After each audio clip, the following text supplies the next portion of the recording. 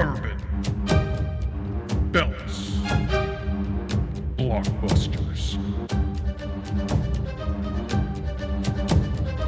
You are listening to the Triple B Podcast.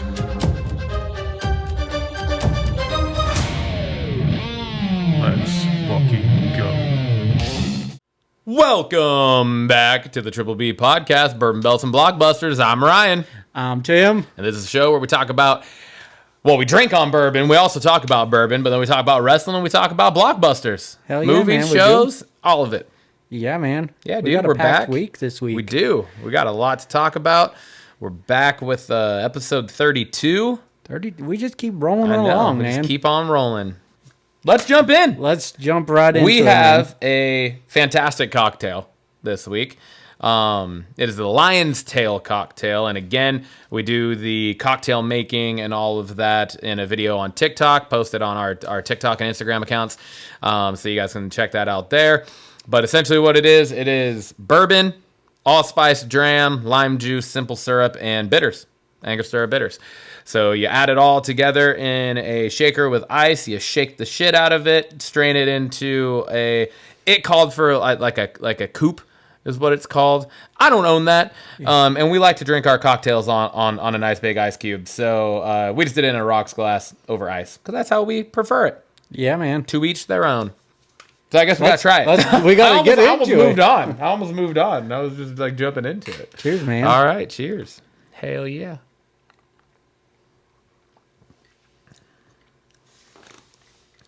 Damn, man. That's refreshing. That's so fucking It's good. just refreshing. Yeah, that's really good. I'm right away. I'm putting this up there. I'm giving it a 10.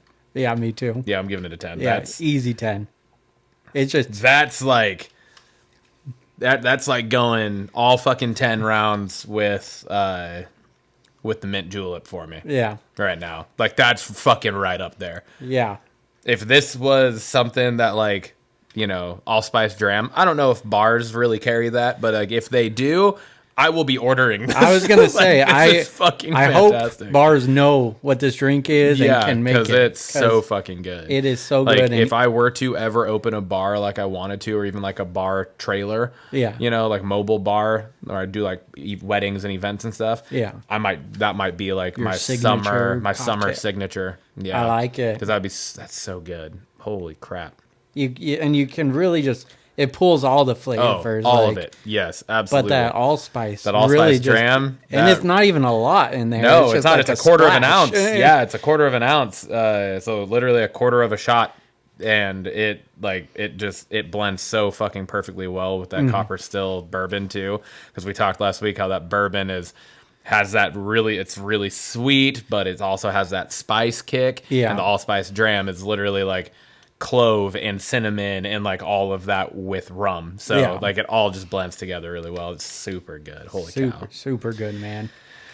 All right. You can find us on our socials, Instagram, X, YouTube, TikTok, at Triple Pod. You can find us on Spotify, Apple, Amazon. We are the Triple B Podcast, Bourbon, Belts, and Blockbusters. And you can email us on Gmail, triplebpod619 at gmail.com. Love to get social with you guys. Hell yeah.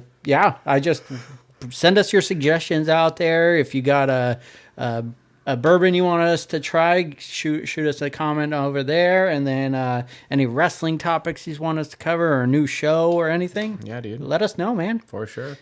Hashtag let's get social. Let's get social. Let's get it trending. All right, we got our newest edition of our weekly fact check. This one's coming from none other than Tim.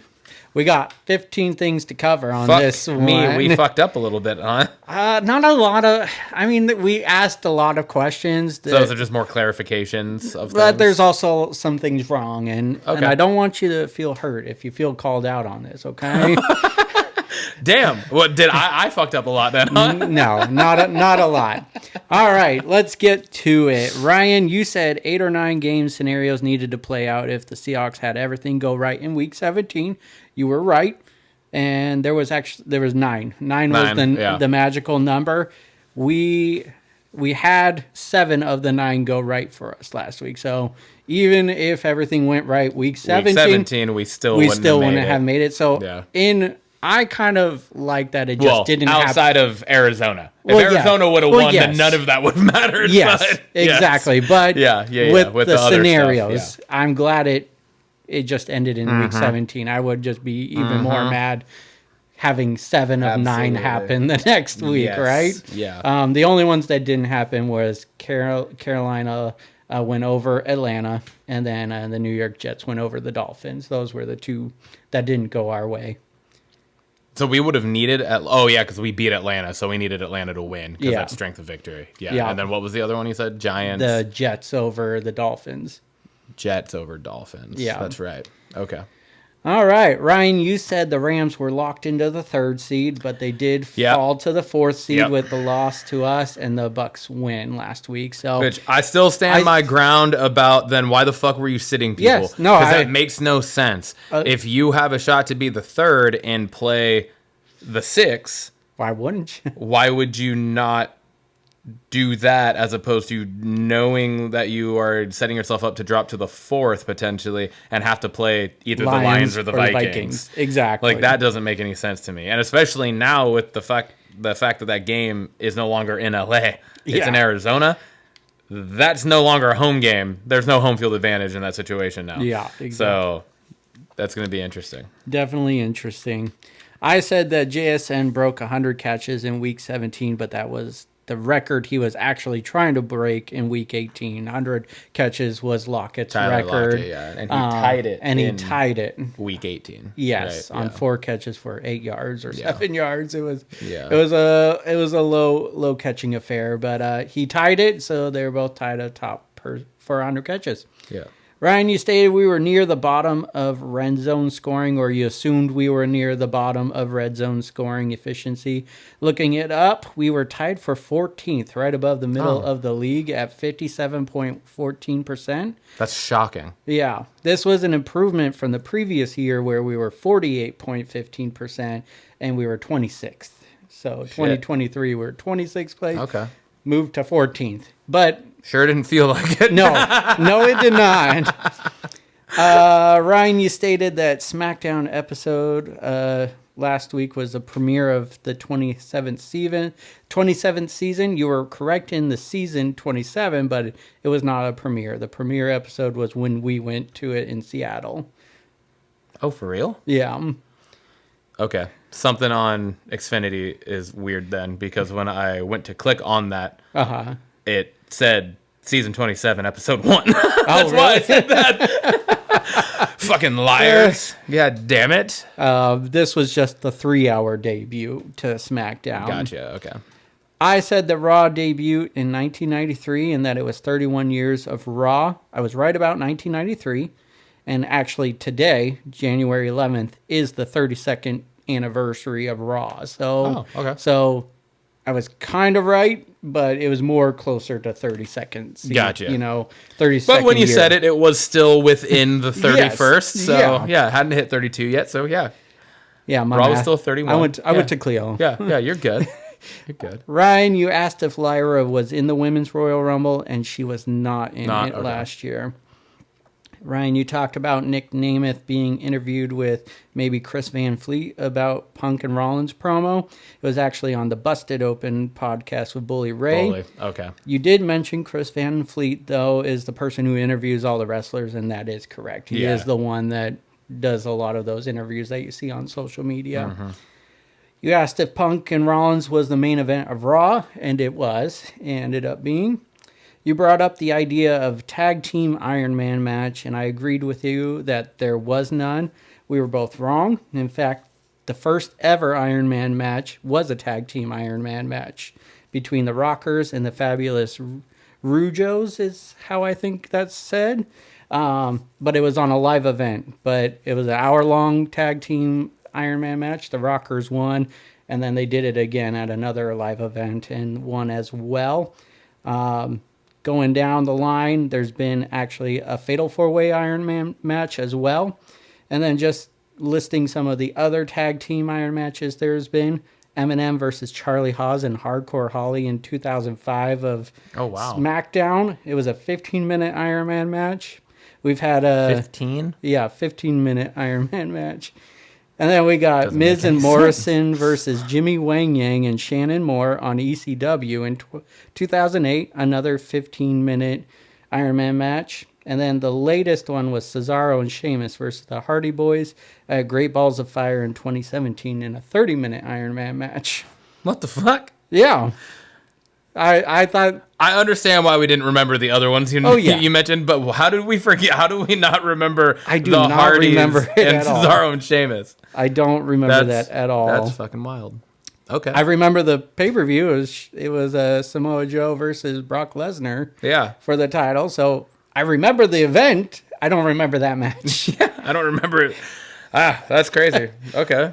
Announcers for both shows. We were not sure of who was where. Raw is Michael Cole and Pat McAfee. Yep. NXT has Vic Joseph, Booker T, and Corey Graves. And then SmackDown, it's Joe Tessitore and Wade Barrett. Yep. I don't know if Corey is permanently yeah. on NXT. I didn't catch if they said it, but he was on this last episode of NXT. Okay. We discussed themes of Raw and said "Beautiful People," but you said "Beautiful People" by Marilyn Manson, and I didn't recall that at all. But you were right; it was a theme for Raw for only a few weeks in March of 1997. Later became SmackDown theme song with the edited version. Home Improvement fun fact by you: the kids' actors go by 3 names. You were right. The one you couldn't remember was Taron Noah Smith, who played That's Mark right. Taylor. Mark. And then there was Zachary, Ty, Brian, Brad, and then JTT as Randy Taylor. Randy, so yeah. nice little fun fact there. Ryan, you said either Katie Sackhoff or Charithra Chandran was in Downton Abbey. I looked and neither were in that, but Charitha Chandran was in Bridgerton. Was that That's what you what meant? I meant. Yep. British show. That's what I meant. I haven't watched either of them. That's the one I meant to say. Yeah. That makes more sense. I was okay. like, this has to be the one he's talking about. Yep. Bridgerton. Okay. And then lastly, you mentioned liking movies with small cast, like minimal cast. And I was curious if there was a name for movies with only a few characters. Oh, okay. And so I was doing some research, how to type it in Google different ways. But the one I could find, it's called Minimalist Movies. And it just refers to movies with small cast or movies with a minimal settings changes. So Okay. yeah, Cool. Interesting. those were my fact checks for last week. Awesome. Yeah. Not too bad. Not too bad. A lot of Not it too was bad. clarification, Yeah. but A couple things that we were it wrong was just about there. Again, it's just been fun Yeah. reading more about what the we things that bullshit we're about. talking about and correcting ourselves and making sure we're getting the right info out for it. Yeah, exactly. For sure. All right, well, that brings us to our final talking points for this segment, and that is football. Hell yeah, man. Wrapping up the Seahawks season, we finished the season 10-7 with the away win over the Rams. We won 30-25 in the season finale there, which ended up, based with the fact checking, we knocked the Rams down to the 4 seed. Yeah. Which, if that can turn out Monday night, that Minnesota just fucking steamrolls LA, Hope so. that is just going to be totally worth the anger over the Cardinals losing that game. Yeah. 100% worth it. If we were able to, put a little bit of a final little fuck you in there to them. Yeah. So last thing before we jump into that next part that I didn't put on here, but with that win, that put the Seahawks finishing the season at 7-1 on the road this year. Yeah, I saw that. That's insane. 7-1 on the road. The only game we lost, I believe, was Detroit. Yeah. On the road. Yep. So, and that was a fucking game. Mm-hmm. Like, we ended up losing by like 13, but it was like we put up until. Yeah, but we put up fucking 516 yards of offense or something like that, and like 38 first downs or something. Like, we fucking balled out. It's just Detroit's fucking balling out too. They're a damn good team. So it was a good game. It was a one loss we had against the number 1 seed in the NFC and potentially Super Bowl team. So not not too shabby there. Yeah. One of the things I just want to bring up here was just kind of wrapping up the season again is final thoughts. What do you got? Things that like coming out of, because last week we were talking about kind of like what do we want to see, right? And for that final game, what do we want to see? Like we know we're eliminated. What do we want to see them do in this final game to go out on a high note? So just final thoughts on that game and or also the season as a whole. What do you think? I mean, obviously it was a successful season. 10 wins. We were one of our 15 teams were 10-7, and we were the only ones to not make the playoffs. So that was good. Last week it was just like a little nerve-wracking that we were struggling against the second seeders, the third stringers for the Rams. And the offense was moving pretty good. It was our defense just kind of playing lax at get days ago, and I did want to see a big, strong outing by them. Yeah. They did have some good things really in the game for sure. Couple picks. Yeah. Leonard Williams QB still. pressures. I want to say he got at least one, if not two more sacks in that game. Yeah, he ended up with 11 on the season. Yeah, which he was the first Seahawks I think the first Seahawks defensive player to get double-digit sacks in a while. Since Frank Clark, if I remember. Since Frank Clark, which would have been probably in like 2015, somewhere in there. 2015, yeah. Maybe even one of the Super Bowl seasons. Yeah. Like that could have been it too. So yeah, it's wild. Yeah. So final thoughts on the season, or the off season, I guess, is just we need to attack the offensive line and just shore that up. We need to put some effort into it, like good effort, and obviously you have this update here, but Grubb got relieved of his duties and just get someone seasoned in the position that we can keep on our team for a while. And doesn't necessarily have to be seasoned in the position of OC per se, but they need to be seasoned in the NFL. They need to be somebody that has been a part of game planning and scheming against schemes, not against players, because that's what Grubb did. That's what you do in college. Yeah. Is you scheme against individuals, because most of the time as a team, you're not like you take one or two people away in a college game and you're probably pretty good. Yeah. Or offensive, like, so I'm thinking defensive. I'm a defensive minded person, but offensively, you scheme towards attacking individual players. Yes. And that's where offensively you can ball out. And that's what he did at UW. And it just didn't work out. And he couldn't figure out how to make that change in the league. Mm-hmm. So yeah, we just need somebody that has been in a position to be able to scheme and game plan and understands and has watched a shit ton of film on NFL teams and like understands just the intricacies of that gap between college and pros. Yeah. So, yeah. Anything else for you? No, final thoughts or anything? I'm good. Yeah, I had similar. It was I think it was relatively disappointing to see how the defense kind of go out the way that they did, even though there were a lot of bright spots in that game. But as a whole, as a unit, definitely one of the dips in the latter half of the year. It was still fucking just great, regardless of who the fuck it was against, just to fucking beat LA. Yeah. At home, especially in that position. Like, okay, you guys want to play your fucking backups? Fuck you. We're knocking you to the 4 seed then. I loved that. Yeah. And at that point, I think it was a done deal because the both Tampa and LA had already played. Yeah. So it was like, if you lose, you're the 4th. If you win, you're the 3, and we beat them. So exactly, that was cool. Yeah, I think it's going to be an interesting offseason. I think we're going to see.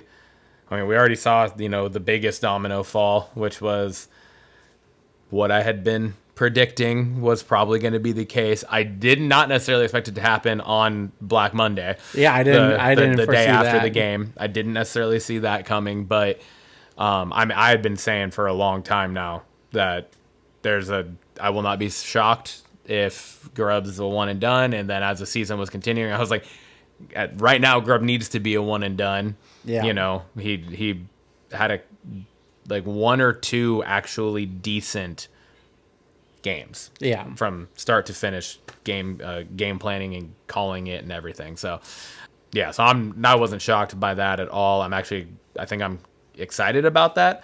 Hopefully we can go out and get somebody that knows what they're doing in the NFL. Yeah. And can Grubb get picked up somewhere else as probably not an OC, but as like a passing game coordinator or run game coordinator, something like that. Yeah. Position coach or something, and then work his way up and learn more and be good. Yeah, probably. I wouldn't be surprised at all. But it's just like you can't. It's one of those situations where you can't just give somebody like, oh, he needs a couple years to transit. We don't have a couple years. Yeah. We got talent on our team that's aging, and we got talent on our team right now that are in their that are in their prime, and you got to fucking jump on the opportunity to take advantage of that, right? So, 100% agree. Personnel wise, we might be looking at some changes. I don't know. It'll be interesting to see what happens with Geno and DK and Tyler Lockett. With like just between the three of them, they have a ton of cap space wrapped up. Cap hits next year, fucking pretty big. I don't know. There's a handful of defensive players too that won't be surprised if they get released. Draymond Green, Nwosu, Rayshon Jenkins, just to name a couple. So it'll be interesting to see. Definitely going to be keeping tabs on it all. Hope we lock up Ernest Jones though. Oh yeah, yeah. That needs to fucking happen. That should be an automatic like. He needs to be on the team. Yes. If you let him walk, you're going to look just as fucking stupid as Sean McVay does. Yeah. For letting him walk. Yeah. So, or not walk. I guess he was traded, but regardless, still exactly. It's even worse. Almost, you voluntarily sent him out the door, and he's one of the best linebackers in the NFL right now. So. Hell yeah, man. All right. Well, we will no longer be talking about the Seahawks for a while, outside of any crazy things that happen in the offseason that we want to keep track of. But that brings us to the playoffs. I just put on here predictions. We can go through each game and just kind of give our thoughts on who we think will end up winning it. We don't got to spend a lot of time on it, but that starts with one game is already finished, and it was the Chargers versus the Texans earlier today. The game started like 1:30. Houston destroyed the Chargers 32-12, beat them by 20. In a game that I actually thought the Chargers were going to win. I thought so too. Because they've been playing really well, and they just did not play well in this game. The first half was close. I was like, this is what I thought was going to happen, and then it quickly... Yeah, I mean, it was 6-0. Chargers were up 6-0 for a long time. Mm-hmm. But why am I forgetting the quarterback's name? CJ Stroud or Justin Herbert? Justin Herbert, thank you. He threw 4 picks, at least one of which was not his fault. Went right off of Disley. And I feel like I heard the announcer saying something earlier in the game, like something similar had happened. Like maybe 2 of them went off Disley and were picks. I'm not sure. But because I didn't watch the full game. But he threw 4 picks. One was his fault, and that one got returned for a touchdown. Yeah. And that wasn't even the dagger, but it might as well have been. It put them down 2 or 3 scores, and they were not playing well enough to be able to battle back. Their defense was playing decent, but when your offense keeps giving the ball back, the other team's going to eventually run away with it, and they did. So currently on right now, the last I checked, which it actually might be over at this point, but right before we started recording, it was like 10 minutes left in the fourth, and the Ravens were up 28-14 over the Steelers. Yeah. So that one I think was a little bit more expected. Baltimore is fucking just running right now, dude. They're rolling. They got defensively, they're solid. Offensively, they're fucking really Lamar solid. Jackson and Derrick Henry are just fucking lethal combo. And then we have fucking what is it, Zay Flowers or whatever. They didn't have him. He's not even playing. So which is even crazier. It's like one of their biggest weapons on offense, and he's out, and they're still fucking just running it. So the last I saw, Derrick Henry was at 155 yards with 2 touchdowns. Just insane. Jesus Christ. Just insane. Yeah, so that one sounds like Baltimore's probably either did win or is going to win that game, barring some kind of crazy comeback by the Steelers. First game tomorrow morning at 10 a.m., we got Denver at Buffalo. Going Buffalo. I'm going Buffalo too. I think it's going to be a close game. I hope it's going to be a good game. I think it will be. Because both the first 2 playoff games so far have been essentially blowouts. So hopefully Denver-Buffalo will be a close game, but I think Buffalo takes it. Yeah. I want to see Buffalo get the chance to actually beat KC in the fucking playoffs. Yeah. Because if it's gonna happen any year, I think this could be the year it happens. And I really want that for them. But regardless of who they have to beat, I hope Buffalo makes it to the fucking Super Bowl. The coach deserves it. Is that McDermott? Yeah, McDermott. And then fucking Allen, Josh Allen's a fucking insane. beast, and he's just a good dude too. Like you watch interviews with him, I've seen a lot of shit about him doing like Russell Wilson type stuff when he was with Seattle with the children's hospitals and stuff. Like he's done a lot of things. Goes in he designs his cleats with kids. Oh, that's which so is cool. super cool, and then he wears them in the games and stuff. That's so awesome. he just seems like a really good dude. I'm just rooting for him. Yeah, man. I agree with that. So yeah, I'm going Buffalo for sure. The next game is the afternoon game tomorrow. It's at 1:30. It is Green Bay at Philly, and I gotta go Philly. I'm going with Philly as well. Yeah, I gotta go Saquon, dog. Let's go. I really like what they did with their team this year, and they didn't skip a beat. Like they moved pieces in and out, and they still just steamroll over the NFC. So yeah, I think it would be a really fucking awesome championship weekend to have it be Baltimore, Buffalo, Detroit, Philly.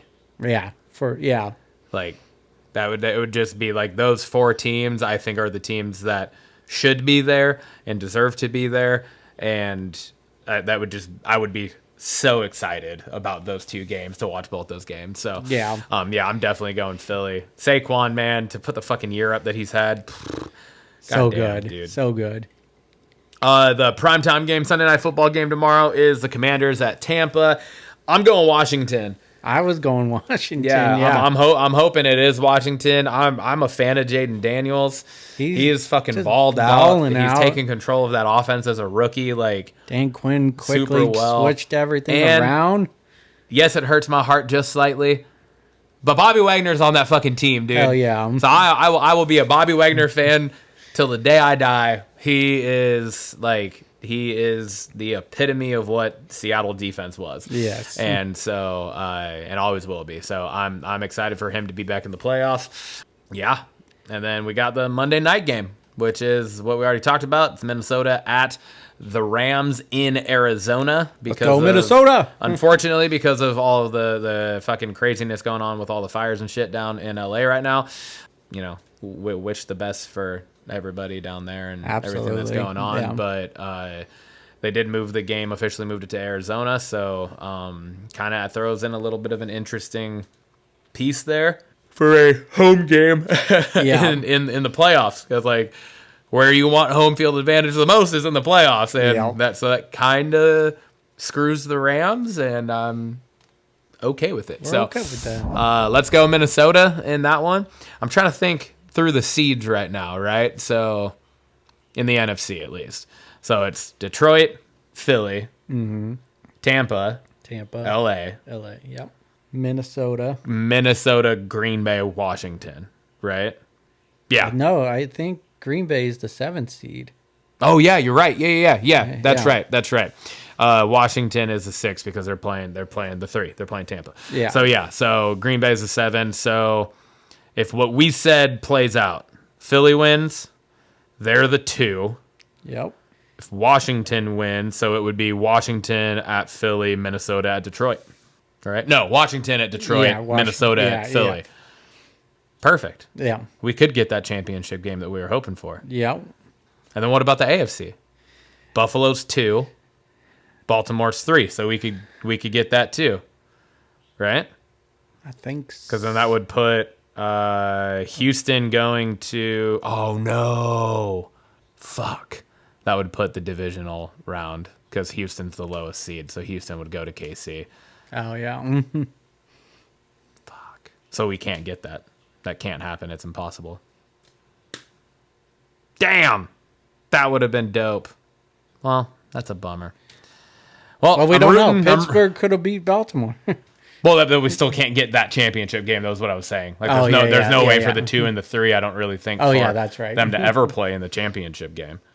Yeah, I think. Right, because there's always going to be a seed lower than them that makes the divisional round, which will play the number 1. Yeah. So the 2 and 3 will always play each other. Yeah. True.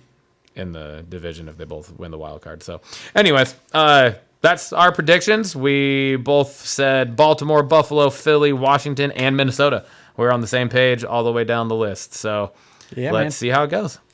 It's going to be a fun weekend. I love wild card weekend. I know. I love just playoffs. So it's should be good.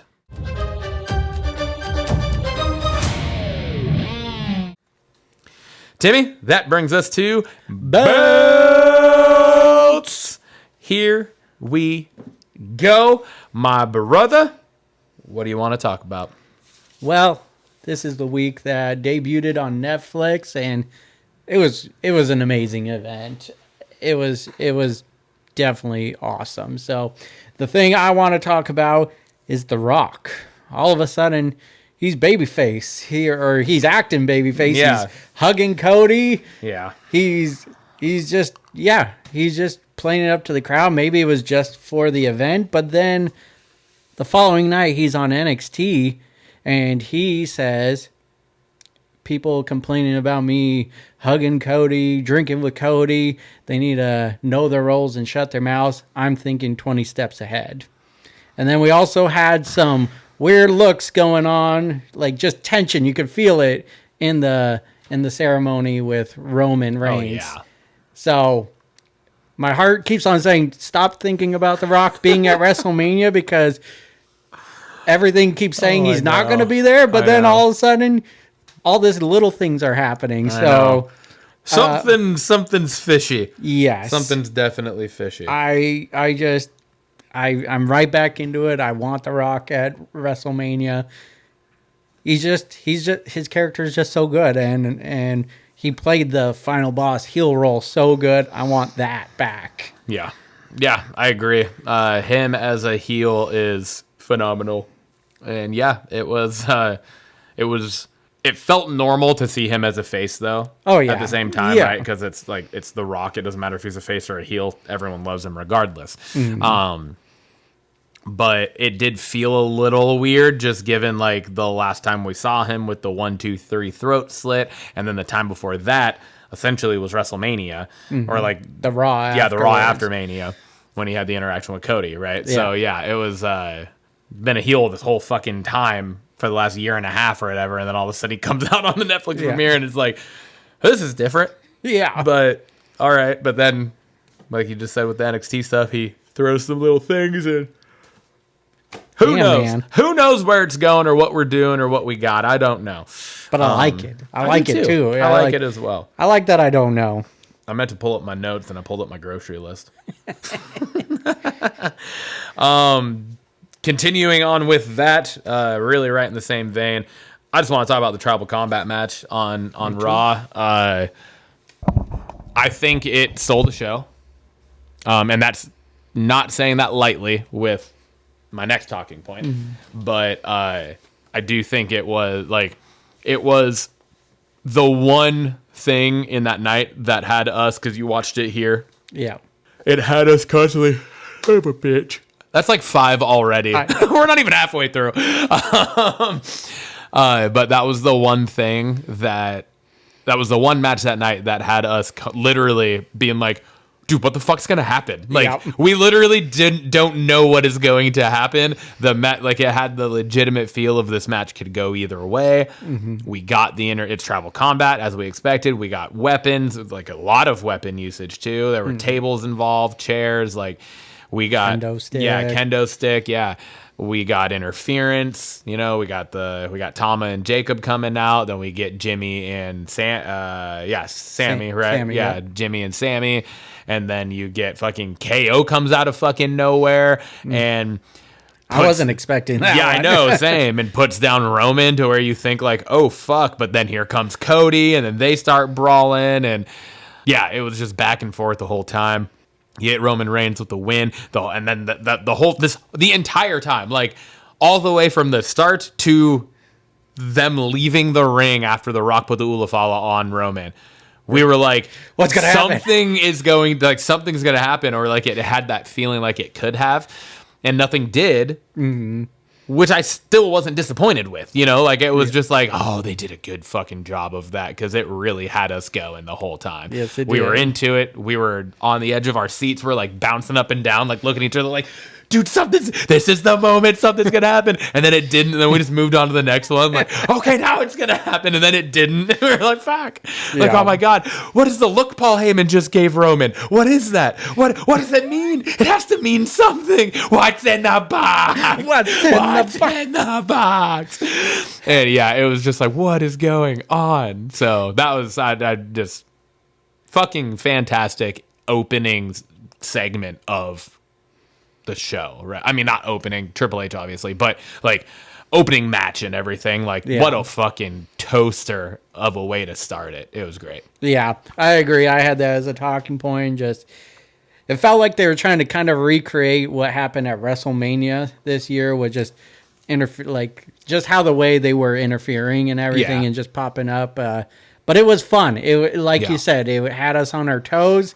And sorry, I didn't mean to cut you off, but I felt like the interference in this made sense.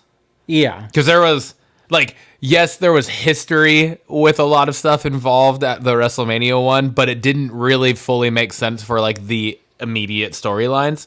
Mm-hmm. You know what I mean? Where like you have John Cena and Undertaker both show up on behalf of Cody, who have like not interacted with him at all since he's been back, and you know what I mean? Like there was just like kind of a disconnect there.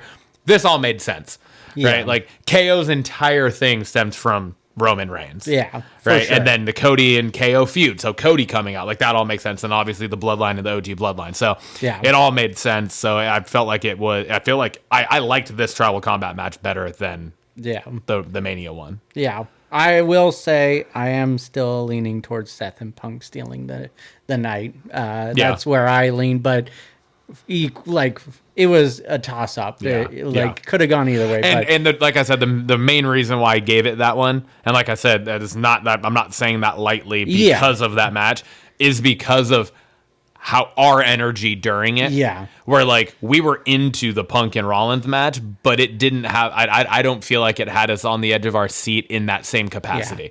Where it was like, dude, what the fuck's gonna happen? Like we don't know what the fuck's gonna happen. What's going on?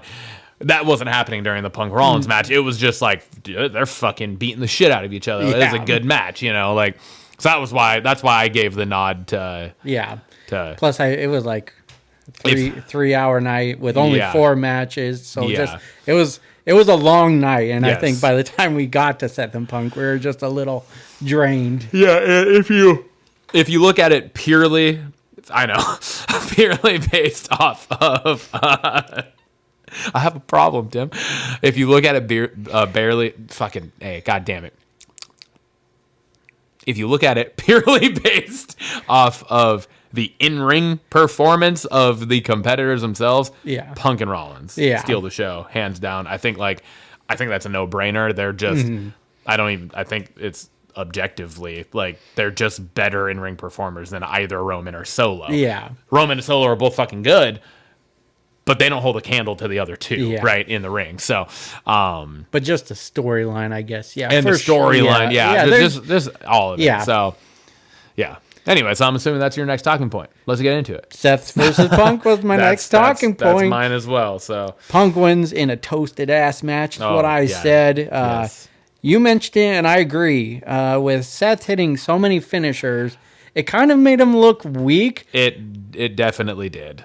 But also, I'm gonna swing and say it's gonna Punk help. Look really good. It made him look really strong, really good, and it will help Seth go into this like deep madness and try to come back at him, which I think will help. But I don't think he needed it shouldn't have been so many finishers. He hit everything in his arsenal, including CM Punk's finisher. Yeah. And multiple times of some of the moves. Yeah, and back to back. He hit the pedigree. He hit the pedigree on the announce table, immediately threw him in the ring and him with another one, and then immediately pinned him too. It wasn't like it was like hit it and then there was the slow cover. Like it was he hit it, rolled him over, rolled him up, and then Punk still kicked out at 2 7/8. Right? Which was awesome. It was fun to see that because I don't feel like we see that sort of interaction in matches anymore. Yeah. It really did. It had a really big, and I didn't think about that until just now, but it had a really big feel and kind of comparable feel of Rock Austin. Yes. Yeah. You know, like the stealing of finishers and like that whole thing that like they were fucking known for, and they were the best at doing that. Yeah.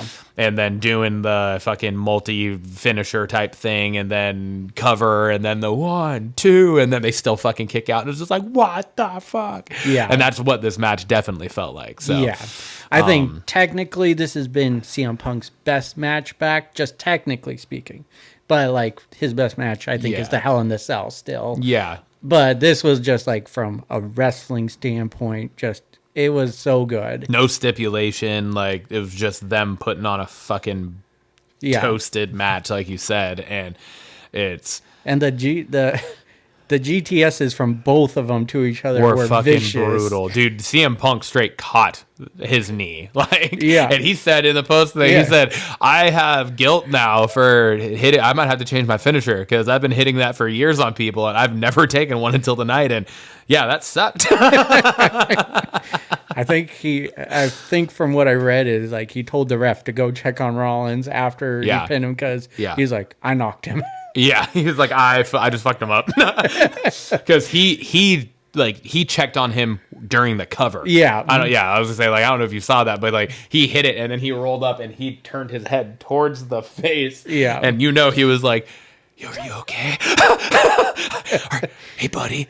Are you alive still? I know I've completely disconnected with your fucking face. But yeah, you could tell. That match, just with the story behind it and just great. to deliver that, and we know there's got to be more to it. Yeah, so yeah, there has to be. I'm ready for it. That goes back to what we were talking about with in the fact check with Nick Nemeth saying what he was saying in that interview with now Bully Ray. It was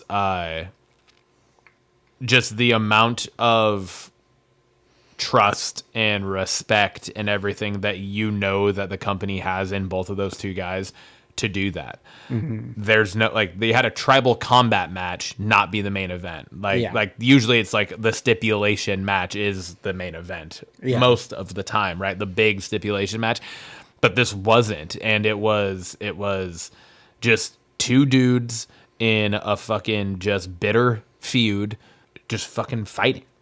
And it was amazing. Like the fact that they put on that type of match just like that in that setting, the opening fucking the premiere show on Netflix, the biggest moment in wrestling history, and CM Punk and Seth Rollins go down in history as the two to main event that shit in a fucking banger of a match. So that's awesome. Love it. Yeah, man.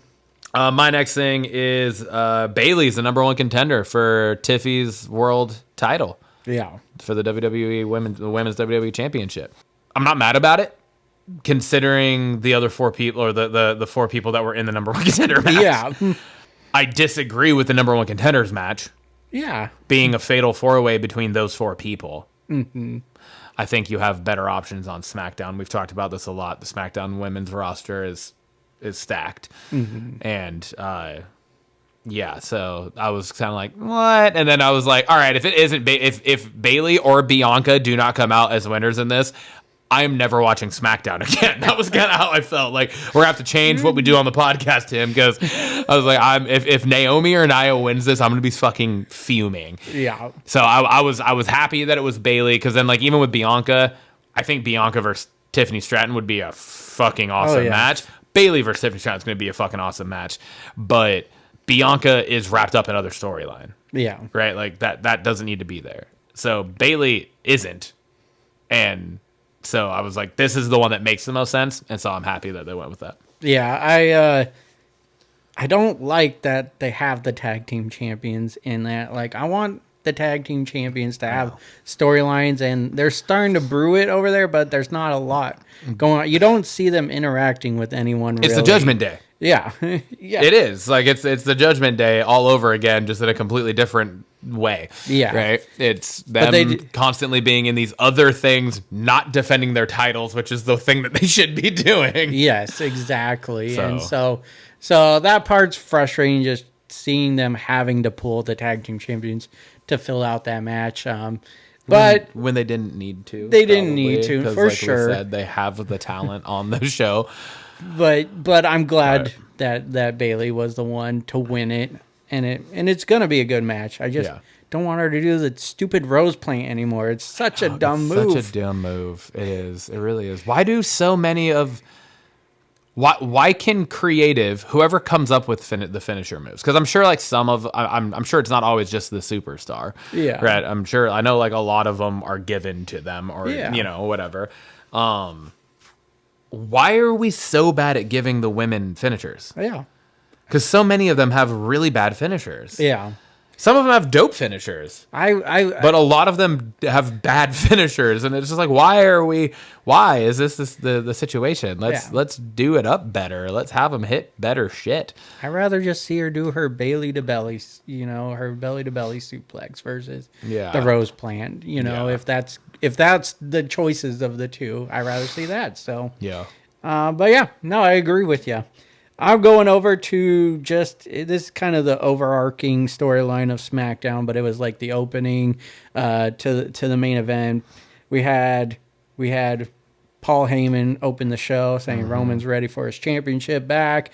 Cody comes out, doesn't get a word out because Paul Heyman's like, "What do you want to talk about?" And then quickly KO comes, "I want to talk about." And again, I'm like on KO's side through like he's just spewing facts and I'm just loving this heel run by him. But I love his "I'm right" shirt, and I agree with him. I know, it just led to this cool little brawl between them. They disappear, and then we got the new bloodline out there about to attack Heyman, and then we get Jimmy coming out and going Super Jimmy, and then Cody. But you get Cody coming back down through the same exact entrance or stands aisle that he went out of. It was awesome, and then you fast forward a little bit, and LA Knight just pushes Jacob Fatu through the door. He didn't use his inside voice, so I put his ass outside. I got a championship to win. Yeah. I just laughed so hard at that. And then you fast forward to the main event, and Jacob Fatu he's a star. Yeah. Like the whole promo, him walking to the ring, using the mic and everything, I loved it. And he won the match ultimately for them, and it was awesome. You get this closing segment of Cody and KO going through the tables. Outside, we just got pure chaos now. Yeah. It's just chaos across SmackDown. It was. Very enjoyable, though. Yes. That was also my next talking point, but kind of in a different light. How come? I have confusion with the creative angle applied to Jacob and Tama now. Mm-hmm. It just seems random. It doesn't seem like they're out there to attack Paul Heyman because this is still continuing. Mm-hmm. Which was supposed to be the final was Monday. Yeah. Like that was supposed to be it. Like it was, he won, settled it. He's the tribal chief. He has the Ulafala. So now why are Solo's hitmen still back out here? You know what I mean? Like that was supposed to be it. That was supposed to be there's supposed to be a finality to that. Then you have the angle with LA Knight too. And then you have the tag team match with Jimmy and Cody. It just, I feel like they're just like, it felt more to me like it was like scrapping at ideas to just get Jacob Fatu on TV, which I'm okay with because he needs to be on TV. But it's also like, I feel like we need direction.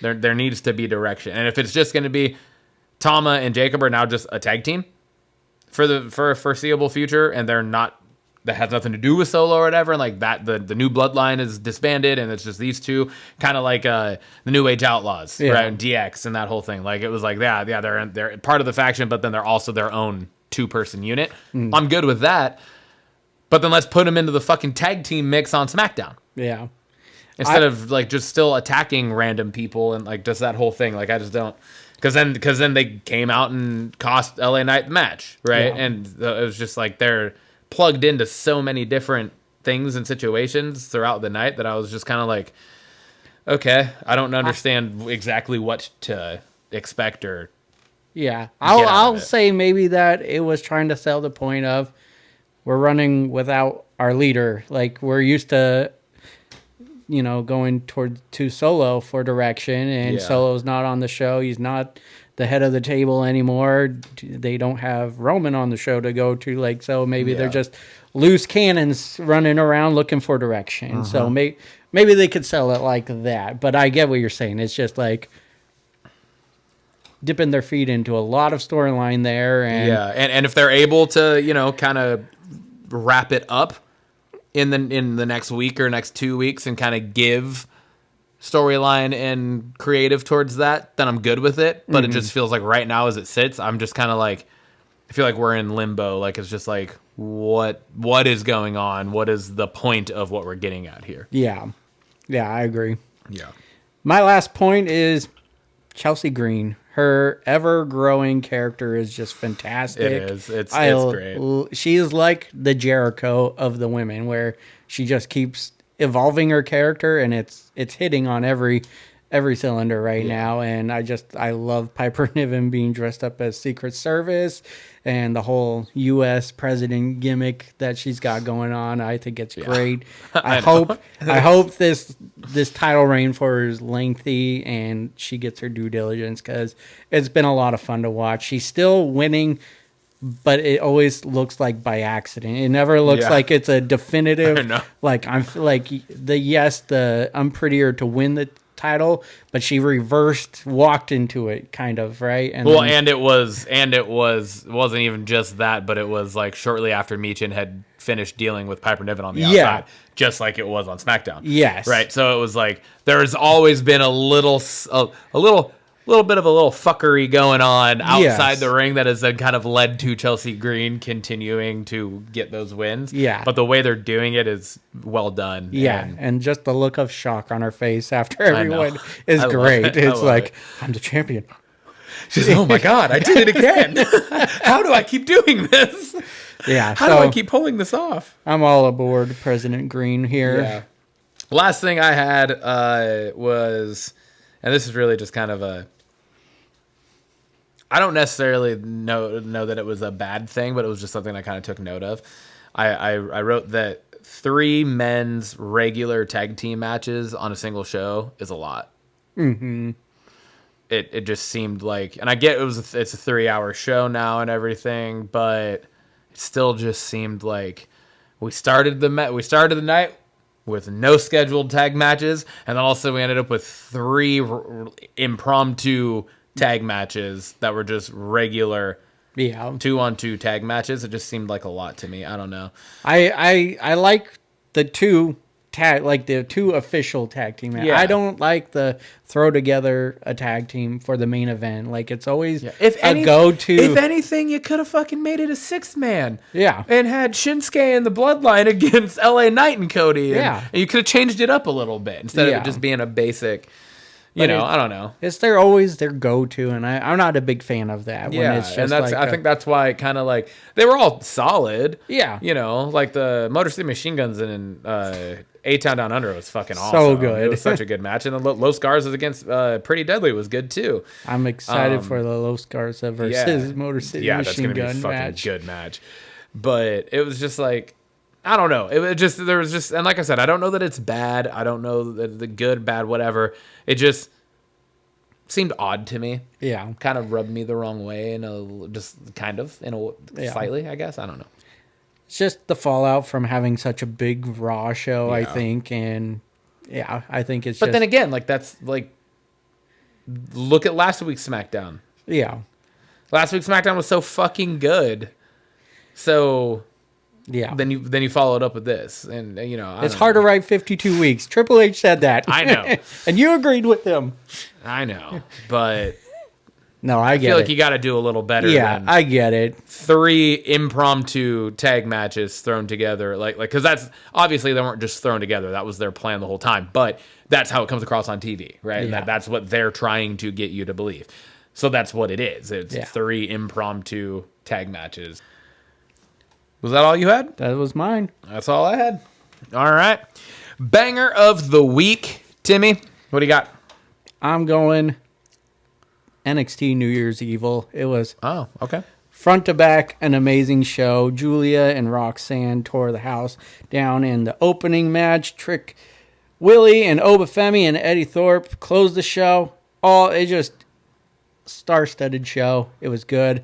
They were probably showing off because Triple H and Nick Khan were in the crowd. We got The Rock on the show. So it was a stacked show. Front to back, amazing. Yeah. Love it.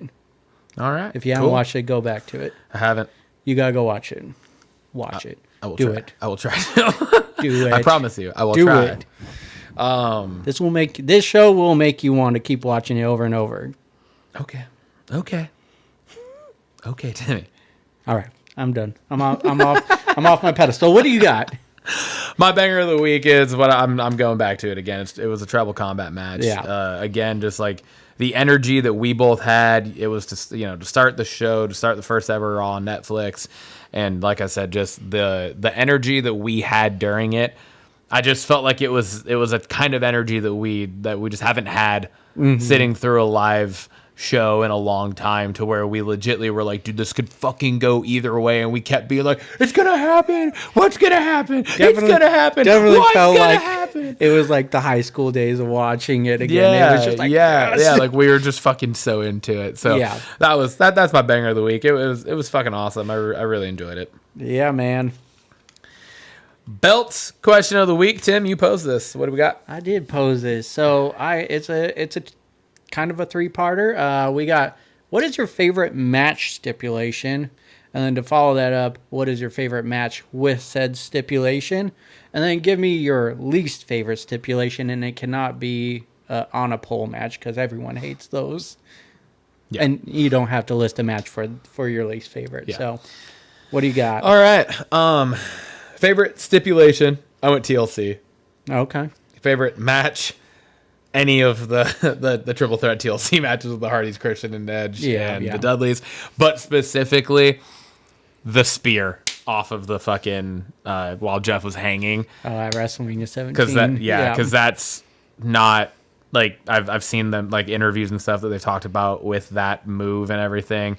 And it has since been recreated in other areas and different companies and stuff as well. But that had never happened in wrestling before, and they never practiced that. Mm-hmm. It was just like, because they're like, how do you practice that? Like, and like I remember like watching an interview with Edge talking about like when Jeff said do this, he was like, are you fucking crazy? Like, I'm gonna kill you. And he's like, just do it, man. They just did it, and fucking Both of them hit so hard, dude. And just the way that it happened too, just like Bubba pulls the ladder back, Jeff swings back and then swings towards him. Edge jumps off the other ladder, fucking spears him. It was picture perfect. Perfect. The way and then the landing was fucking picture perfect too, because like they both landed hard, but they landed very real looking. Yes. And then the way Edge fucking just like comes up on his knees and then falls over, it was just beautiful. Yeah. So I think that's easily, and I've brought it up multiple times on here. Like I just love the triple threat match. It gets the three best weapons involved. Yeah. And it's just, I don't know. There's just something about it. Oh, it's man. probably nostalgia, honestly, with what we used to get. We were spoiled in that regard. But, for sure. Yeah. What about you? All right, my favorite stipulation, funny enough, is the Iron Man match. Okay. I really do enjoy it, and I like specifically the 60-minute Iron Man match. I'm excited to hear what your favorite match was, because there are a lot that you could fucking pick from. It was a tough choice, but I'm actually going with an AEW Iron Man match. It was MJF versus Bryan Danielson, and that match was incredible. It had to go to overtime and everything. But just, I always wanted to see Daniel Bryan at the time in WWE to be in an Iron Man match, because he's that personification of that, right? The never give up, never surrender type of.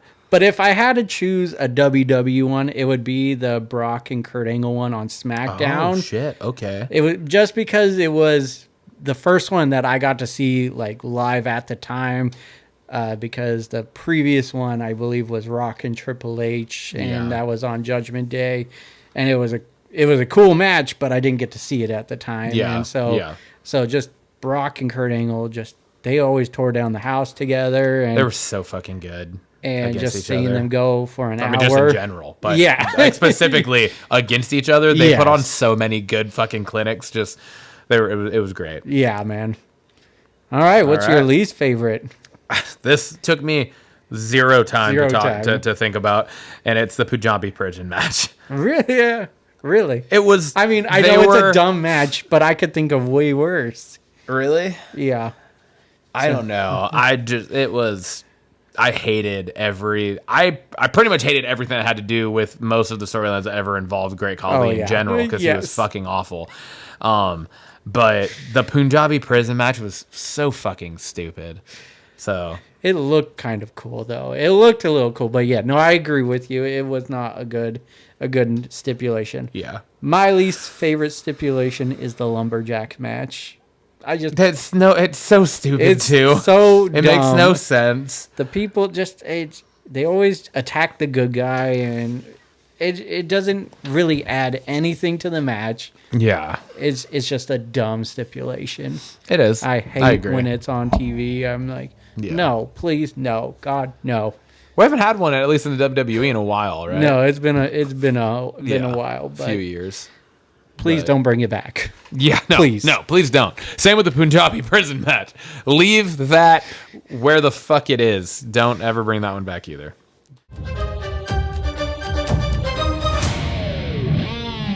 That brings us to Blockbusters.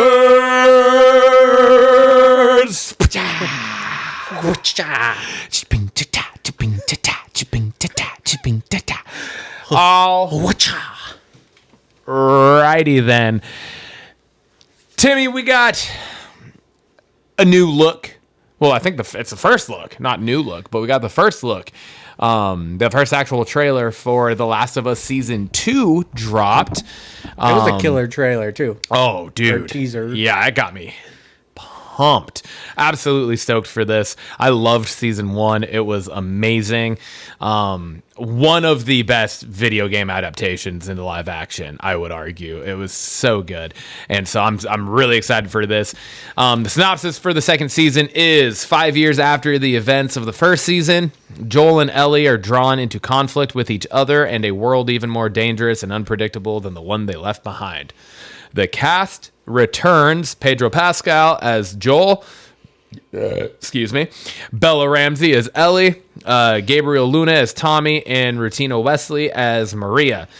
New cast members include, which I'm super excited for, Caitlin Dever as Abby. Isabella Merst as Dina. We've talked about Isabella Merst quite a bit on this on the podcast throughout the last 6 months or so.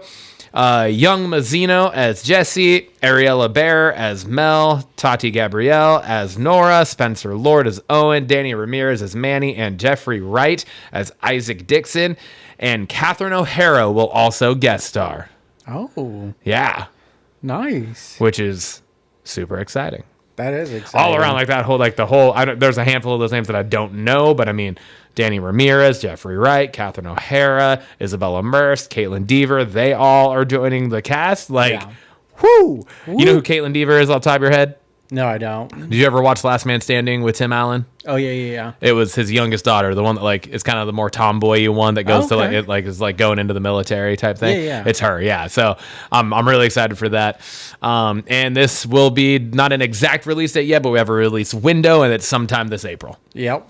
So Hell yeah, man. The fucking trailer looked the awesome. trailer looked good. The first season was amazing, like you said. It was great. And so really excited.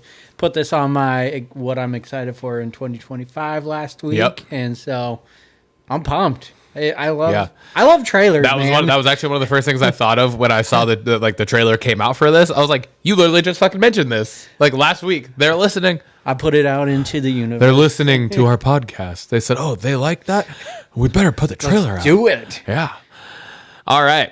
Next up, we have a new show called The Studio that will be on Apple TV. The trailer for this looks great. And the synopsis for it is, in the studio, Seth Rogen stars as the newly appointed head of a movie studio, Continental Studios. Desperate for the approval of celebrities, he and his team of executives at Continental Studios must juggle corporate demands with creative ambitions as they try to keep movies alive and relevant. The cast, another jam-packed fucking cast. Yes. The cast stars Seth Rogen, Catherine O'Hara again, Catherine Hahn, Ike Barinholtz, Bryan Cranston, and then we'll also guest star Zac Efron, Charlize Theron, Anthony Mackie, Zoe Kravitz, Martin Scorsese, and others. Yeah. There will be even more that guest star on it. I have an assumption. I don't know if this is true or not. I have an assumption that some of those people would just be playing themselves, because the whole idea of the show is it's a movie studio trying to keep movies alive. So I'm assuming that some of those guest stars will be playing just themselves, which is I think that's always fun to see in those situations. And this is a kind of comedy drama-ish type show. Yeah. And this releases in March of this year, March 26th. So yeah, Coming right up. I'm a big fan of Seth Rogen. I'm excited, but I really like what piqued my intrigue of this was seeing Catherine O'Hara and Catherine Hahn. I'm a big fan of theirs, and Bryan Cranston. Yeah, yes, Right? Like, exactly. all around, man. It's just a really exciting show. And what Apple Plus has been putting out has been my really Lord. great stuff. So Fuck, dude. So there's already, like, the shows that I have watched. The one that I just finished, I caught up on, or finished Shrinking. That what's currently out, at least. Fucking amazing, fantastic suggestion. Thank you. The show Invasion. Okay. Did you ever see that I one haven't on Apple watched Plus? that yet. It's really good too. I really like it. It's like an alien invasion show. It's really good. I think it's awesome. And then like Severance, I want to watch that. I haven't started watching that yet. I've heard good things about that. Yeah, I've heard really good stuff about that. But you watch Bad Monkey. Bad Monkey is phenomenal. The Morning Show is really good if you haven't. I haven't watched that. That's with like Reese Witherspoon. Yeah, Reese Witherspoon and Jen Jennifer Aniston. Yeah. And then you've also mentioned Silo. Oh, Which looks really fucking good too. That I want to watch. So that's like Apple TV Plus is doing it up. I'm not a big Apple products fan. I don't own any, but the TV shows they put out are fantastic. hell yeah, hell yeah. All right. All right, that brings us to Heart Eyes. The synopsis of this is, for the past several years, the Heart Eyes killer has wreaked havoc on Valentine's Day by stalking and murdering romantic couples. This Valentine's Day, no couple is safe. The cast has Mason Gooding, Olivia Holt, Devin Siwa, and Jordana Brewster. And the release date for that is February 7th, 2025, right in time for Valentine's Day. Hell yeah. The producers of Scream. It has Mason Gooding from Scream. Yeah.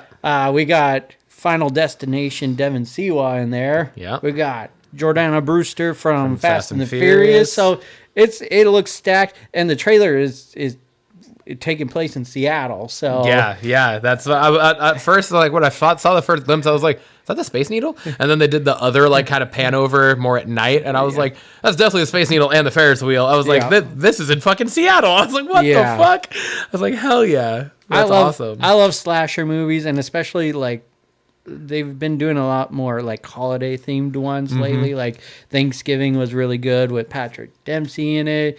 This one is right around the Valentine's Day, and I'm ready for it. Like I said, I just love a good slasher. The trailer had some, like, some throwback music. I love what they've been doing with trailers, is just throwing in music and, like, redoing it up to fit the trailer. It's been really good. So really excited for this one. There are a couple, like, cool kill shots in the trailer too. Like you're just like, oh, whoa! I'm thinking the hole through the mouth. Yeah. Like, I was like, oh shit, that was cool. So yeah, I'm excited for this too. And I thought Mason Gooding was one of the best parts of the newer Scream movies. So I'm excited to see him in this. It was same. As soon as because I didn't know who was in it, I didn't read anything about it before I watched the trailer. I just clicked on the trailer to watch it, and I was like, hey! I was like, I know. I was like, no wonder Tim wanted to watch this. I know you're obviously Scream's your favorite. So, yeah, dude, this looks awesome. I'm stoked for it.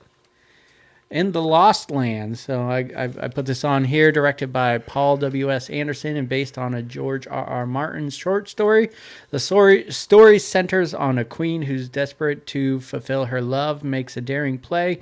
She sends the powerful and feared sorceress Grey Alice Mila Jovovich to the ghostly wilderness of the Lost Lands in search of magical power, where the sorceress and her guide, the Drifter, must outwit and outfight man and demon. The cast is Mila Jovovich and Dave Bautista. This comes out also in February at the end of the month, 28th of 2025. Like the director of Resident Evil, it kind of gives that vibes from the trailer. For sure. And Mila Jovovich is in there as well, which she starred in. But it also kind of gives me like 300 vibes, the way it was filmed and some of the scenes were playing in the trailer. It looks pretty cool. There are also a couple shots in the trailer that kind of made me think of the Book of Eli. Oh, yeah. Like when Batista's under the bridge and then like the people are coming at him type thing, and it was kind of in the shadows like that reminded me of that. And then like some of the costume stuff reminds me of god damn it. Why am I forgetting the name of the fucking show? It's awesome. It just came out, one season so far. It's based on a video game. They're all like underneath the world in bunkers because of what's going on. Fallout. Fucking Christ. I like his Yep, steps I got there. to get I there. got there. Don't worry. I got He there. walked himself Takes through me that. a second, but I got it. But yeah, the Fallout show. Did you ever watch that? No, but I just got recommended that. So Yeah, dude, definitely watch it. It's super good. It's super good. Once we get a little more information and a trailer and stuff for season 2, I'll be putting that on here. Okay. It's super good. I really enjoyed it. But like just like the costumes of like the wasteland type view of this movie looked somewhat similar to like some of the stuff that you saw in that as Gotcha. well. So it just kind of like you said those things and I was thinking those and I was like, yeah, it has a mix of a lot of different stuff and Yeah. it looks awesome. It looks Yeah. really good. and it's based off of a story from George Martin. So Yeah, I'm a big fan, exactly. right? Game of Thrones, for so- sure. And another February release this year. Yeah, it's coming up quick. And then Love Hurts. I just added this today just because I saw a did. trailer out of the blue. Yeah. But we got Marvin Gable, a realtor working the Milwaukee suburbs where for sale signs bloom. Gable receives a crimson envelope from Rose, a former partner in crime that he had left for dead.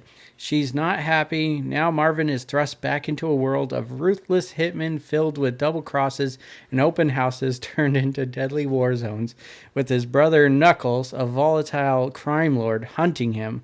Marvin must confront the choices that haunt him and the history he never truly buried. The cast has Ki-Hu Kwan. We got Ariana DeBose, Marshawn Lynch, Daniel Wu, and Sean Astin. And this is also a February 7th, 2025 release. So right along with Hard Eyes, Yep. this is coming out. But dude, the Love trailer, hurts, heart eyes. There's a theme. February's the month of love. yes. The trailer looked great. It was fucking fantastic. We got Obi looks amazing. from Loki as the main star, as a hitman apparently, and Yep. we got Who's also the kid from Indiana Jones. Yes, yeah, and we got Marshawn Lynch, and Who? he just like I've seen him in I think it's what is it called, Murderville. It's like that improv show with Will Arnett. with Will Arnett, Yeah. and he was hilarious in that. Yeah. He just had some cameos, and I want to see more of Marshawn Lynch. Me too, dude. Dude is hilarious. Just in the trailer for this alone, and like we were texting a little bit back and forth earlier after we both watched it, and we were adding it to this. You said that you hope he's in it for more than just like what the trailer shows. Yeah. And absolutely, I hope he is too, because he was fucking hilarious just in the small trailer, the 2-minute trailer or whatever it was that we got, had me fucking rolling. Like just when he like throws the thing at the gun and like pins his arm to the fence and then he's jumping the fence and just what he says. Yeah. So, it was just fucking hilarious. God, Looks so good. It looks really good. It kind of just looks like chaos, kind of like what was it, Fight or Flight that we covered Yeah. It just has that kind of feel to it, and I'm here for that. Yeah, no, I think all around it looks awesome, and I love seeing. Is it Ki Hu Kwan? Is that? Yeah, Yeah. Ki Hu Kwan. Okay. I love seeing him like in a lead role now. That's he kind of had like a little bit of a comeback with Loki and everything, and been in a couple other things recently. But I feel like he wasn't really in much for a long time. Yeah, and so it's just fucking awesome to see him in this. And I love he's like a real estate agent or whatever, and then all of a sudden he really is like a secret fucking assassin ninja guy or whatever the fuck. Like, turned out to be a fucking badass. So yeah, it looks great. I'm excited for it too. All right.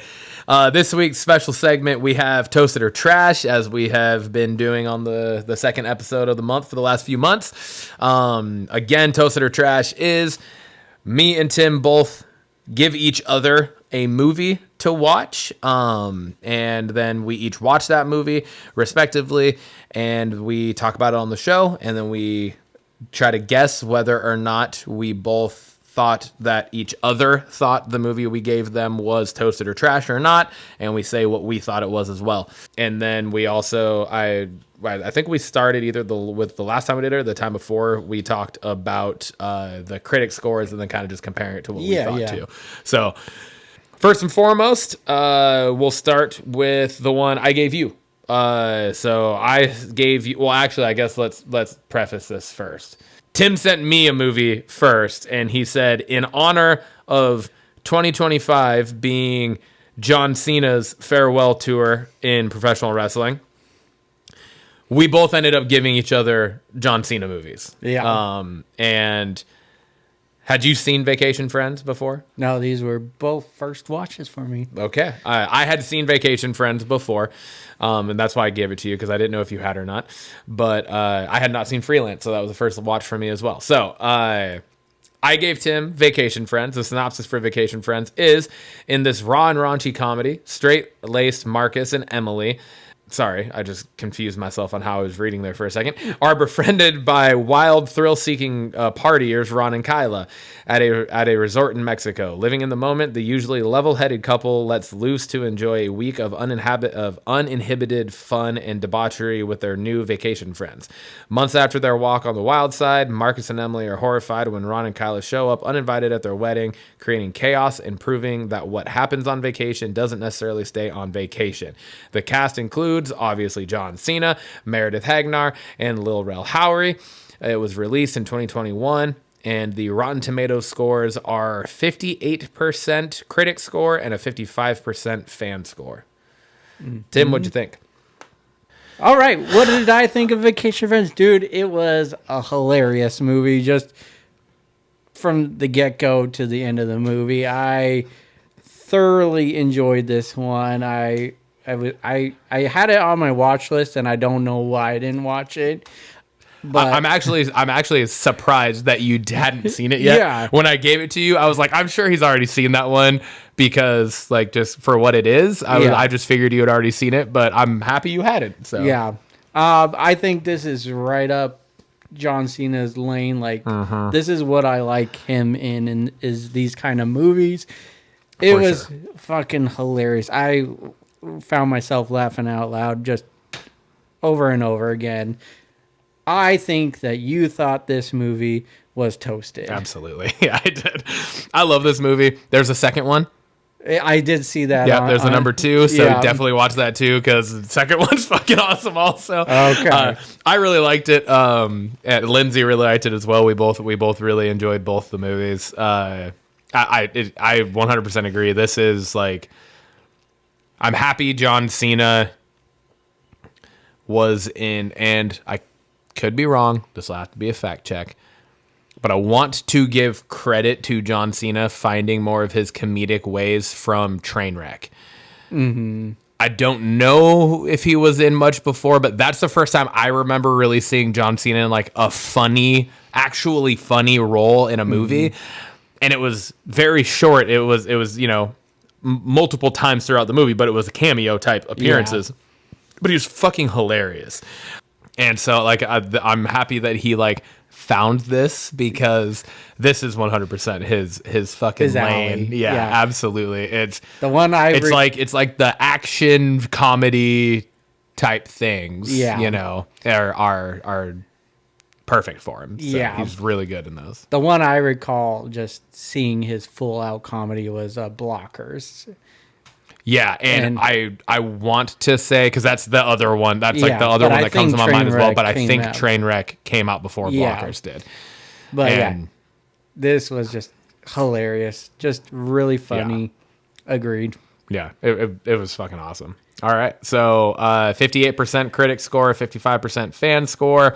I mean, that's right around a 56.5 ish average. So I mean, what do you? Dude, I would give this like an 80, I know. 85. I know, Like, same. I really Same. enjoyed this. Now, we're not critiquing, or we're not critics. We're not obviously like looking at it through the same lens. So I'm sure if we were, we might see a little more closely. But I mean, I'm just in it for the experience.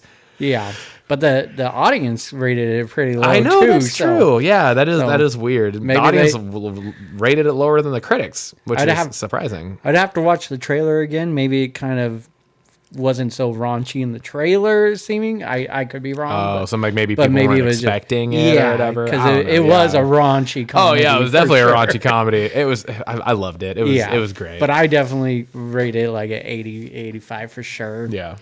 All right, man. Well, I chose for you Freelance.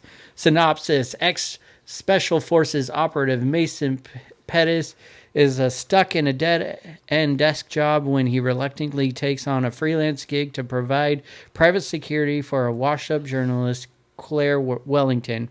As she interviews the ruthless but impeccable dressed dictator Juan Venegas, when a military coup breaks out just as she's about to get the scoop of a lifetime, the unlikely trio must figure out how to survive the jungle and each other in order to make it out alive.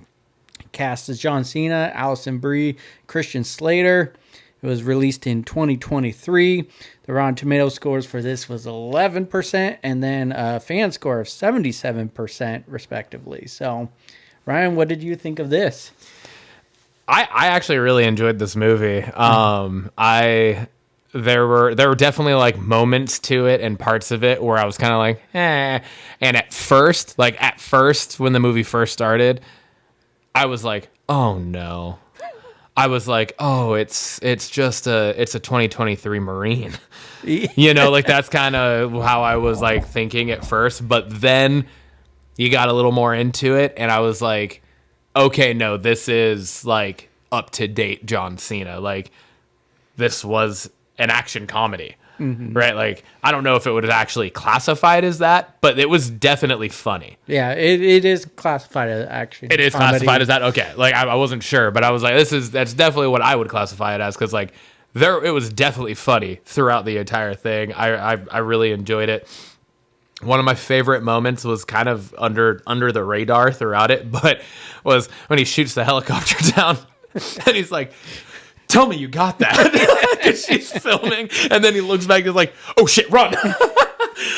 The one thing I didn't care about that exact scene was the fact that he dropped the fucking rifle and just ran. But I also get like he doesn't want to die. But I was just like, you're already holding it. Just fucking grab your bag and run. But anyways, it was interesting. That it had its moments though where there was definitely things where I could see what would dip scores for sure. Like a good portion of the time that him and her were running from the helicopter, I was like, these fucking dudes are terrible shots. They were running in a straight line through an open field and they are missing frequently. Yeah. Like every single shot missed. And then like when they were like wading chest high in the water and they missed again, like they're not even moving fast. They're practically stopped and they still missed. So it was like those types of things. The fucking visuals of them riding the horses was absolutely fucking terrible. Yeah, it was. It was so fucking fake and obviously fake. It was so bad, but for those things, I still really enjoyed the movie. I thought it was definitely worth watching. I'm happy you gave it to me because I honestly don't know if I would have ever watched it had it not been for this. I didn't even know of this movie, honestly. So I was like, what the fuck? And I looked it up. I was like, what the fuck is this? And yeah, so I thought it was good. I thought it was all around like decent plot, idea, all of that. Kind of had tones of I forget which Rambo it is, but one of the Rambo movies where like it's one of the later ones, but I think it was the one before he was like in the States in Texas or whatever. Oh, gotcha. But it was like the they're not like American Red Cross people or whatever, but they're like people that like want to go help out with like, you know, the villages and stuff, and are just like medic people type thing, and like they're asking to be escorted to this place, and he's like, no, I'm not fucking taking you there, you're gonna die. And then they end up doing it anyways, and it all leads to what a fucking Rambo movie.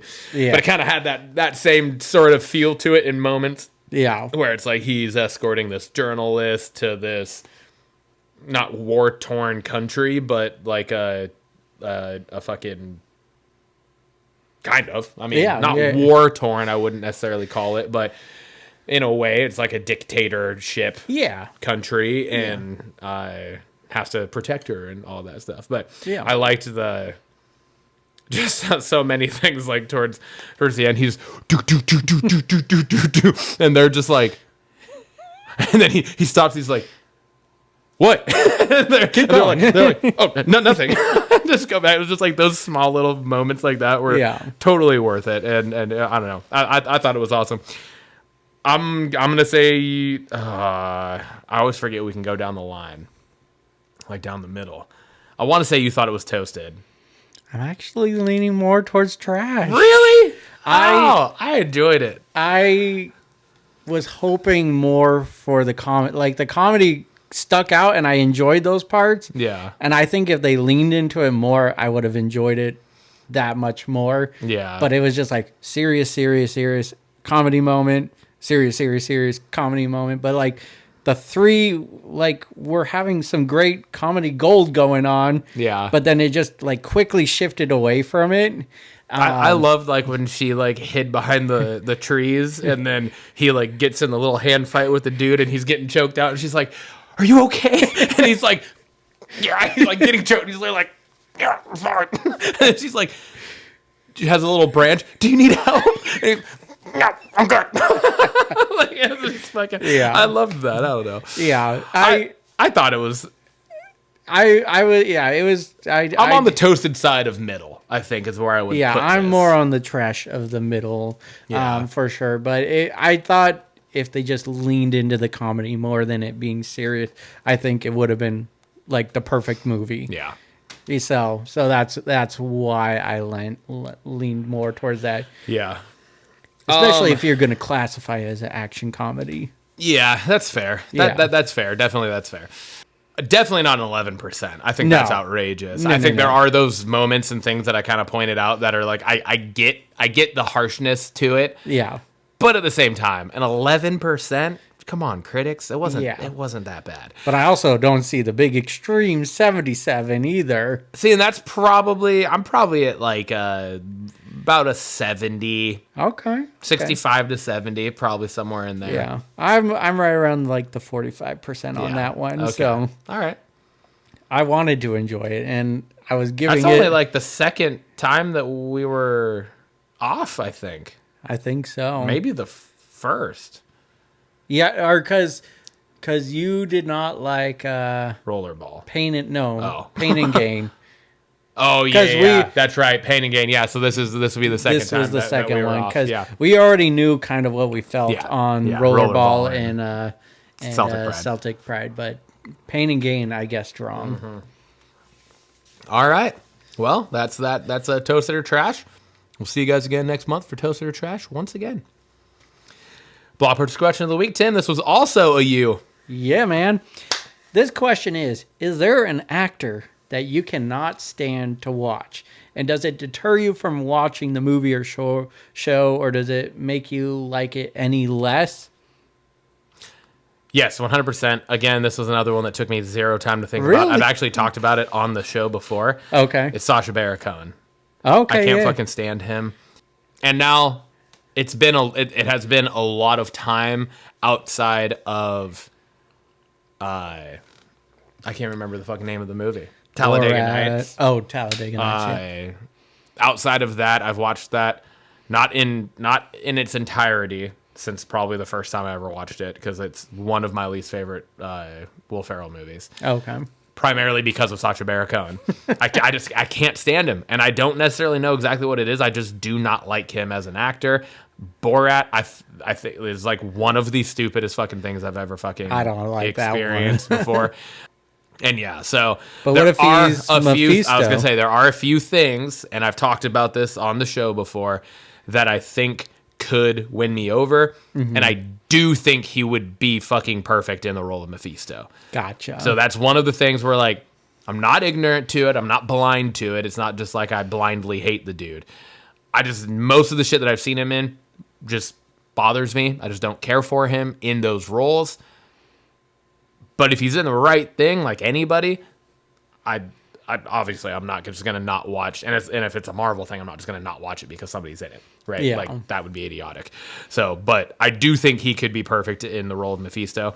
And there was another one where it's like the Trial of the Chicago 7 or something like that. I think he was in that I haven't watched yet. But there was one that was along that line where it's like a courtroom type show or movie or whatever, and that I had contemplated watching, even with him in it, because he's not playing like a weird character or anything. But so far there's. I'd have to look at like his IMDb to actually look to see if there's anything he's been in that I've watched that I've actually enjoyed. Gotcha. Like there's nothing off the top of my head. Yeah. So yeah, he has always been my go-to. That I'm just like can't fucking do it. Yeah. So yeah, what about you? There was not like a main star that I could think of that I don't like that much that will keep me from watching. But there is one. This was the first actor that came to mind, and every time, because he appears in a lot of TV shows, and he's always like a side character, so it doesn't completely take me out of it. But it's Rob Hubel. He's Tevin in I Love You, Man. He's the co-worker that's showing him Paul Rudd all the like videos on. You're a horror Peter. Yeah. That no, guy? no, not that No? guy. He's like, let me know if you want me to take this this listing off your hands. He works for the realty company. He plays AJ in The Office. He's the one that dates Michael's girlfriend. I forget her name off the top of my head right now too. But yeah, I love that show, and I I can't know, think of her same, name. I know. But yeah, that actor, he like plays the same like douchey kind of guy in everything he's in, and I just don't like him. If there was a movie where he was the main star, I'm not going to watch it.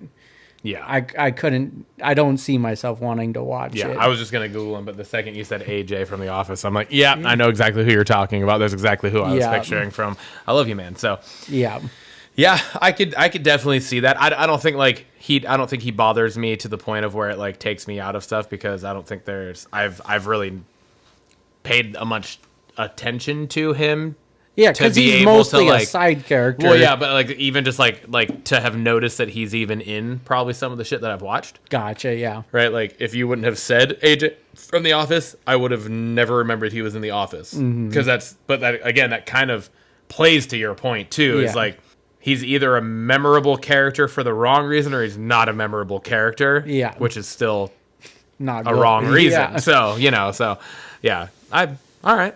Yeah. So that was mine. Thought it was a fun question. So yeah, I like that one. We haven't hit on a whole lot of negative stuff. Yeah, we don't hit the negative stuff. So boo, boo those people. All right, man, brother. Episode 32. Episode 32 in my Netflix era.